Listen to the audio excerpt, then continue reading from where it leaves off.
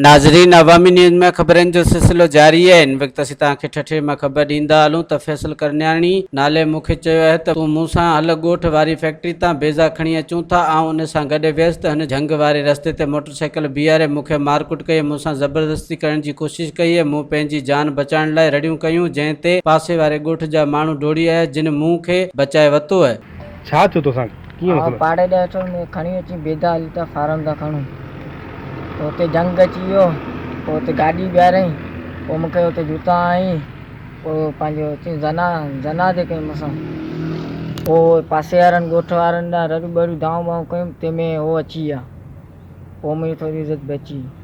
अच्छा, पोइ तो ॻोठाणनि तोखे अची बचायो? अमराव फैसल करनाणी। मज़ीद खबरों और तफसीलात के लिए विजिट करें हमारी वेबसाइट www.awamiNewsHD.com।